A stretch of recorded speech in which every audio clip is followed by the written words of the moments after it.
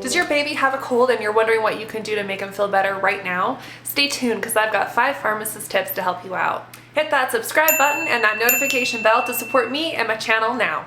With 10 years of pharmacist experience, I'm here to answer your questions that you have ASAP. Before we get rolling right along with tip number 1, I wanted to give a disclaimer on this. So if you have a child who is 3 months or under, or your child has a fever of 102 or higher, you're going to want to talk to your pediatrician right away. So this video is not going to be for you, so that is your disclaimer. Otherwise, let's get into tip number 1.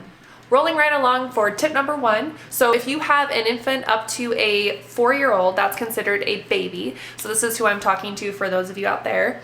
So the first thing you're going to do is grab a bottle of nasal saline and also a nasal bulb.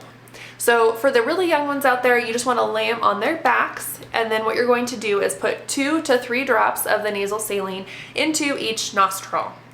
So after you do that, it's really going to kind of thin the mucus out so that all that thick stuff you're going to be able to get out of there so they can breathe a little more easily.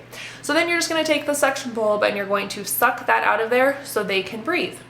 Now, this is going to be easiest for the younger ones. If they're 2 or older, they might be able to blow their nose with a Kleenex. So in that case, you can just have them blow that all out, get it out of their nose so they're a lot less congested. Tip number 2 is going to be to keep your baby very well hydrated.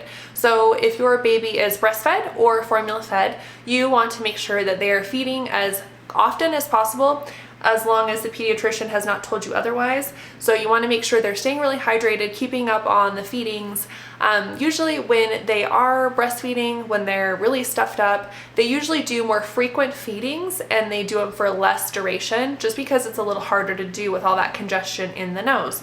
So again, formula fed and breastfed, make sure they are taking in as much liquid as possible, feeding whenever they want to keep them from getting dehydrated.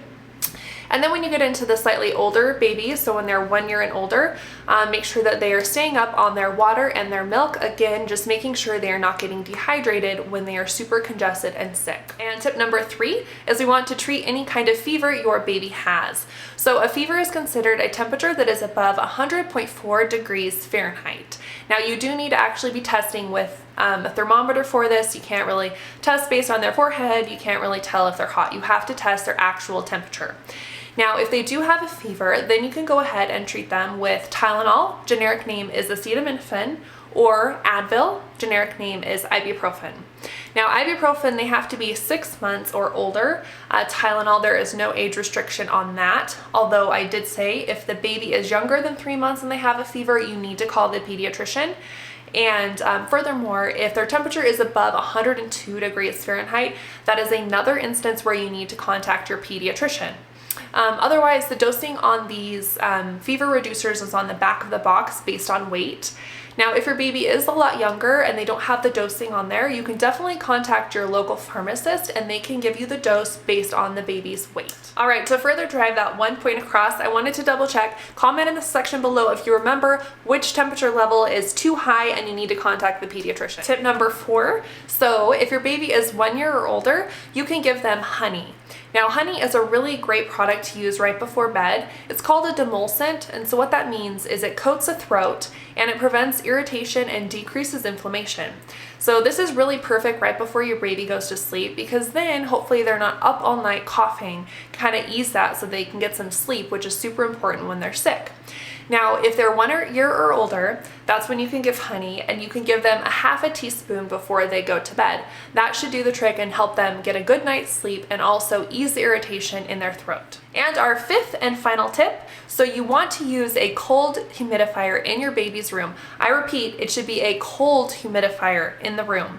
So this is really perfect for kind of keeping the air nice and moist. It makes it so that the nasal passages are kind of soothed. It keeps everything nice and loose so that mucus that's in their lungs can come up and get out. So that is my 5th and final tip for you guys.